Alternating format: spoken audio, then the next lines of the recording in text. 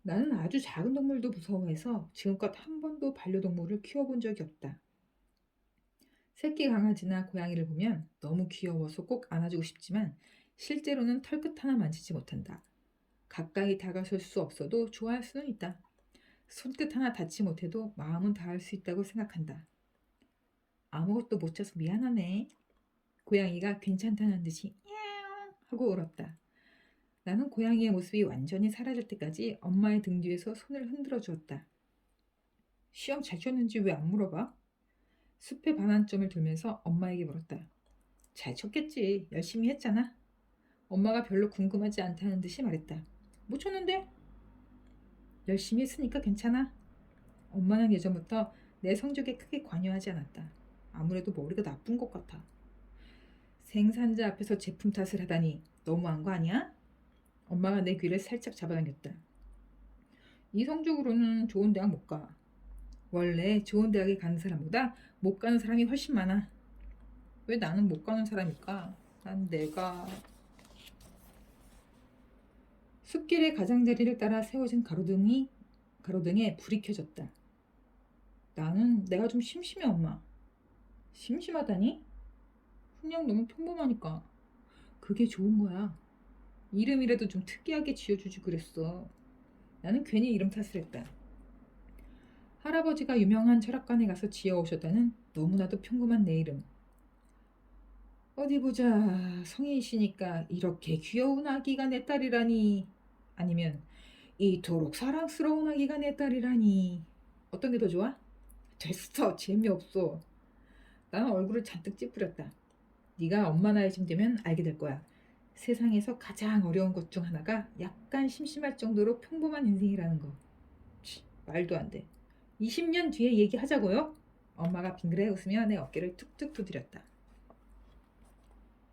시험이 끝나자 바다는 늦은 밤 종종 내게 말을 걸어왔다. 바다는 자신의 이야기를 거리낌 없이 내게 털어놓았다. 부모님과 사이가 좋지 않아서 대학생이 되는 날만을 손꼽아 기다리는 중이라고 했다. 많은 아이들이 그렇겠지만 자신에게는 20살이 되어서 독립을 하는 것이 정말로 간절한 꿈이라고 했다. 아빠도 싫지만 엄마가 더 싫어. 바다의 엄마는 바다가 대학만 가면 이혼할 거라고 입버릇처럼 말한다고 했다.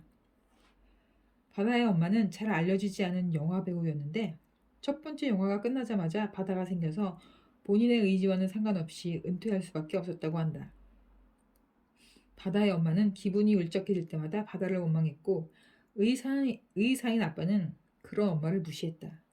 바다는 어렸을 때 아빠와는 사이가 좋은 편이었지만 지금은 아빠가 바다까지 못마땅하게 생각할 때가 많다고 했다. 엄마는 늘 아빠를 비난하고 아빠는 늘 엄마를 비난해.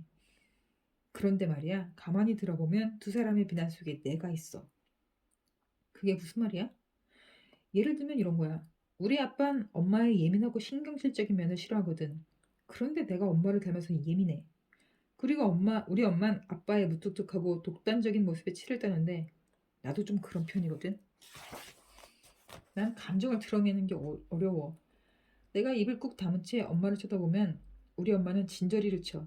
도대체 무슨 생각을 하고 있는지 모르겠다고. 나는 바다가 보낸 문장들을 곰곰이 읽고 또 읽어보았다. 그러니까 엄마를 닮아서 주위의 작은 변화도 금방 알아차리지만 아빠를 닮아서 내색은 잘 하지 않는다는 거네.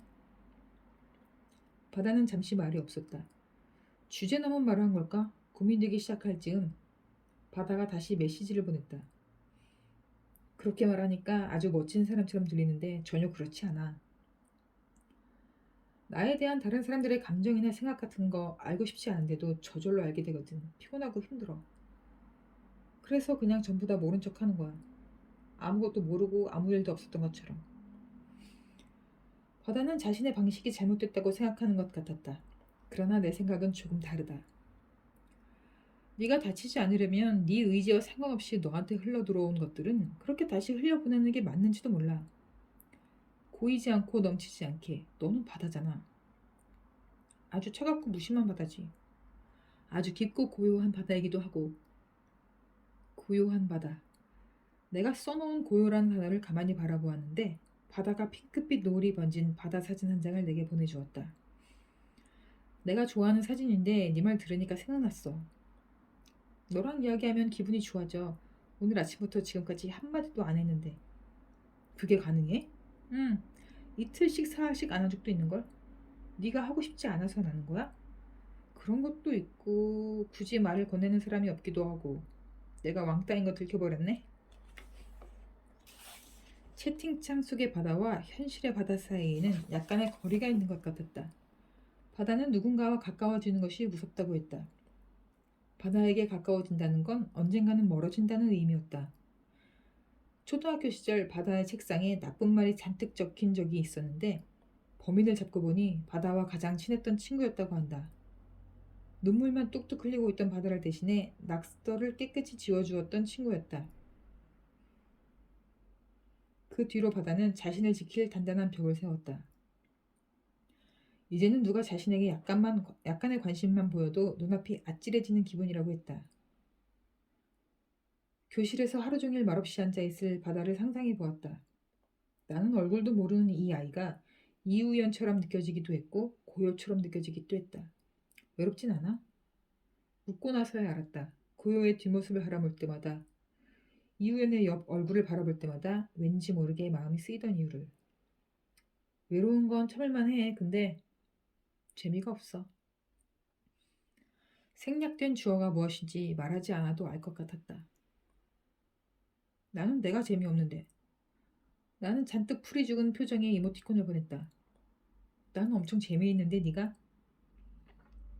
나한텐 누구한테 들려줄 만한 이야기가 없어. 정말 하나도. 그건 재미없는 게 아니라 평화로운 거야. 좋은 거지. 빙그레의 미소가 지어질 만큼 고마운 말이었다. 그러나 바다의 말은 내 가슴까지 와닿지는 못했다. 현실의 내가 그렇지 않으니까. 나는 나를 조금도 그렇게 생각하지 않으니까. 아무리 봐도 고요는 아니야. 지아가 고개를 절레절레 흔들며 말했다. 뭐가? 정우 말이야. 고요를 바라보는 눈빛에 영혼이 없어. 눈을 가늘게 뜬 지아가 살짝 옆으로 흘러내린 가방끈을 고정했다. 뭐야 그게? 나는 피식 웃었다. 진짜라니까. 나 못 믿어? 지아는 눈치가 아주 빨랐다. 누가 거짓말이라도 하면 단번에 알아챘다. 그래서 지아가 가끔 어처구니 없는 말을 해도 마냥 무시할 수만 없었다. 그래서 하고 싶은 말이 뭔데? 그냥 그렇다고. 지아가 능청스러운 얼굴로 어깨를 으스겼다. 저기요, 제가 한정우 전문가로서 말씀드리는 건데요. 정후의 눈빛만큼은 지아보다 내가 더 잘한다고 자부할 수 있었다. 칠판보다 더 자주 바라보는 것이 정후의 옆 얼굴이었으니까. 그날 도서관에서 고요 이야기를 하는 정우의 눈을 네가 봤으면 그런 말이 안 나올 거야. 지화가 인정할 수 없다는 듯이 아랫입술을 삐죽였다. 몰라, 어쨌든 난 반대야. 아무리 똑똑하고 예쁜 모래 성격이 그 모양인데. 고요가 조금 지나친 부분이 있는 건 사실이지만 그건 다가오지 말라는 고요의 경고를 무시했을 때의 이야기였다. 고요가 먼저 문제를 만든 적은 한 번도 없었다. 난 그렇게 한번 살아보고 싶은데? 지아가 황당하다는 얼굴로 나를 빤히 바라보았다. 이수연, 혹시라도 누가 은고요랑 바꿔준다고 해도 절대 바꾸지 마. 알았어? 왜? 이게 웬 떡이냐 하고 바로 바꿀 것 같은데? 안 돼. 나는 이수연 베프지 은고요랑은 친구 못해. 너한테는 잘해줄게. 나는 선심이라도 쓰듯 지아의 어깨를 툭툭 두드렸다. 됐거든. 나한테만 잘해주는 은고요보다 지금 내 눈앞에 이수연이 100만 배나 더 좋거든. 지아가 콧방귀를 끼며 내 손을 밀쳐냈다. 지아는 가끔 낚시꾼 같을 때가 있다. 내 마음이 가라앉아 있으면 귀신같이 알고 수면 위로 올려주는 솜씨 좋은 강태공. 얼마면 돼? 버블티 몇 잔이면 되냐고. 나는 지아의 팔짱을 끼며 울었다. 이 정도면 적어도 석잔값은 되지 않겠어? 지아가 손가락을 세게 들어보였다. 그러다 내 옆구리를 쿡 찌르며 웃었다. 가자, 내가 쏜다. 바람이 서늘했다. 얼음이 가득 든 버블티를 마시며 집으로 걸어갈 날도 이제 얼마 남지 않은 것 같았다. 음악 수행평가는 서양음악사 발표였다. 조별 과제라는 말에 여기저기서 탄식이 터져나왔다. 조용! 공정한 팀 배정을 위해 랜덤으로 돌릴 거야. 음악 선생님이 핸드폰과 교실 TV 화면을 연동시켰다. 빨간색 뽑기 상자 위에서 시작 버튼이 깜빡였다. 선생님이 버튼을 누르자 상자 안의 구슬들이 무작위로 움직였다. 한 개씩 밖으로 튀어나온 구슬이 풍선처럼 뻥 터지더니 이름이 나타났다. 그렇게 순서대로 4명씩 7개의 조가 만들어졌다. 은고요, 박채희, 최세나, 이수현. 일부러 만들기도 힘든 조합이었다. 조장은 채희가 맡기로 했다. 그날 저녁 채희가 단체 채팅방을 만들었다. 일단 각자 조사를 해와서 하나로 통합하는 게 어때? 세나가 먼저 의견을 냈다. 그러면 주제가 서로 중복될 수도 있고 아예 비는 부분도 생기지 않을까? 채희는 자존심이 세고 호불호가 분명한 성격이었지만 똑부러지고 통솔력이 좋았다. 부지런하고 열정이 넘치는 타입이라 같은 편이면 더없이 든든한 그런 아이였다. 우선 내가 오늘 밤까지 주제를 대충 잡아볼게. 그걸 세분화해서 한 파트씩 조사해 오면 될 것 같아. 채희가 한마디 덧붙였다. 그리고 혹시 발표하고 싶은 사람 있어? 난 자신 없어. 발표할 때마다 목소리가 새끼 염소처럼 떨려서 말이야. 스나가 먼저 대답했다. 나도 재빨리 메시지를 보냈다. 나는 새끼야. 알겠어. 그럼 발표는 내가 할게. 채희는 마치 우리 조가 3명인 것처럼 말했다. 나는 분위기를 살피다가 조심스럽게 물었다. 근데 고요는? 알아서 하겠지. 글자에서도 채희의 퉁명스러움이 느껴졌다. 내가 아까 채팅방 만든다고 했잖아. 그럼 자기도 앱을 깔든지 아니면 적어도 나한테 물어보기라도 해야 할 거 아니야. 맞아. 우리가 먼저 챙겨줄 필요 뭐 있어. 똑똑하니까 알아서 잘 하시겠지. 고요에게 초콜릿을 선물했다가 거절당한 적이 있는 세나 역시 한껏 비꼬는 투로 말했다. 그럼 내가 따로 전달할게. 이건 조별 과제였다. 고요가 아무리 똑똑하다고 해도 절대 혼자서는 할 수 없는 과제였다. 뭐하러 네가 은고요 시녀도 아니고. 세나의 말에 기분이 상했지만 내색하지는 않았다. 내 기분이 나쁜 것보다 분위기가 어색해지는 것이 더 싫었다. 그게 아니라 그럼 고요는 아무것도 안 하고 우리랑 같은 점수를 받는 거잖아. 용기가 없는 사람은 쉽게 비겁해진다. 지금의 나처럼. 아니야. 우리 언니가 그러는데 음악쌤 무임승차한 애들한테는 빵점도 주신대. 채희는 고요와 같은 조가 된 것이 기회라고 생각하는 것 같았다. 무슨 짓을 해도 태어나기만 한 고요를 괴롭게 만들 수 있는 절호의 기회. 고요에게 가장 중요한 것은 성적이었다. 채희는 그런 고요에게 0점을 안겨주는 것으로 지난 봄의 복수를 하려는 모양이었다. 채희 못지않게 고요를 싫어하는 세나는 채희의 계획에 암묵적인 동의를 표하고 있었다. 이건 분명 잘못된 상황이었다. 그런데도 나는 두 사람에게 맞서지 못했다. 채희의 비뚤어진 의도보다 내 비겁함이 더 최악이었다. 나는 이틀 동안 안절부절 못하다가 고요에게 문자를 보냈다. 음악 수행 어떻게 할 생각이야? 답장이 오지 않을 수도 있다고 생각했는데 잠시 후 메시지 수신음이 울렸다. 나는 서둘러 문자 메시지를 확인했다. 너희들끼리 이미 다 끝냈잖아. 고요는 대충의 상황을 짐작하고 있었다. 음악 선생님 0점도 주신대. 내 일은 내가 알아서 할 테니까 신경 쓰지 마. 조사해 놓은 거 있으면 지금이라도 나한테 보내줄래? 내가 채희한테 말해볼게. 고요에게서 아무런 대답이 없었다. 좀 더 설득해보려고 문자를 쓰고 있는데 답장이 도착했다. 네가 뭔데? 나는 말문이 턱 막히고 말았다. 왜 내가 너희한테 점수를 구걸해야 하지? 얼굴이 화끈 달아올랐다. 고요의 말이 맞았다. 이건 고요의 잘못이 아니었고 고요가 먼저 손 내밀지 않았다고 비난할 일도 아니었다. 그리고 너처럼 이쪽 저쪽 눈치 보면서 착한 척하는 애들 나는 할 수만 있다면 다음 문자를 받고 싶지 않았다. 그러나 피할 새도 없이 고요의 문자가 눈앞으로 날아들었다. 진짜 재수없어. 그 말이 비수처럼 가슴에 꽂혔다. 너무 아프고 부끄러웠다. 그렇지만 섭섭하고 억울한 마음도 들었다. 나는 고요를 도와주고 싶었다. 그럴 만한 용기가 없었을 뿐이다. 용기라는 것이 노력한다고 해서 생기는 건 아니었다. 차라리 가만히 있을 걸 그랬다. 노력하면 할수록 오히려 나의 보잘것없음만 깨닫게 됐다. 그건 내가 겁쟁이라는 사실보다 더 비참하고 견디기 힘든 일이었다. 나는 밤새도록 어깨를 들썩이며 울었다. 고요는 우리와 같은 점수를 받았다. 그리고 채이는 우리 세 사람이 조사한 것과 전혀 다른 내용의 발표를 했다.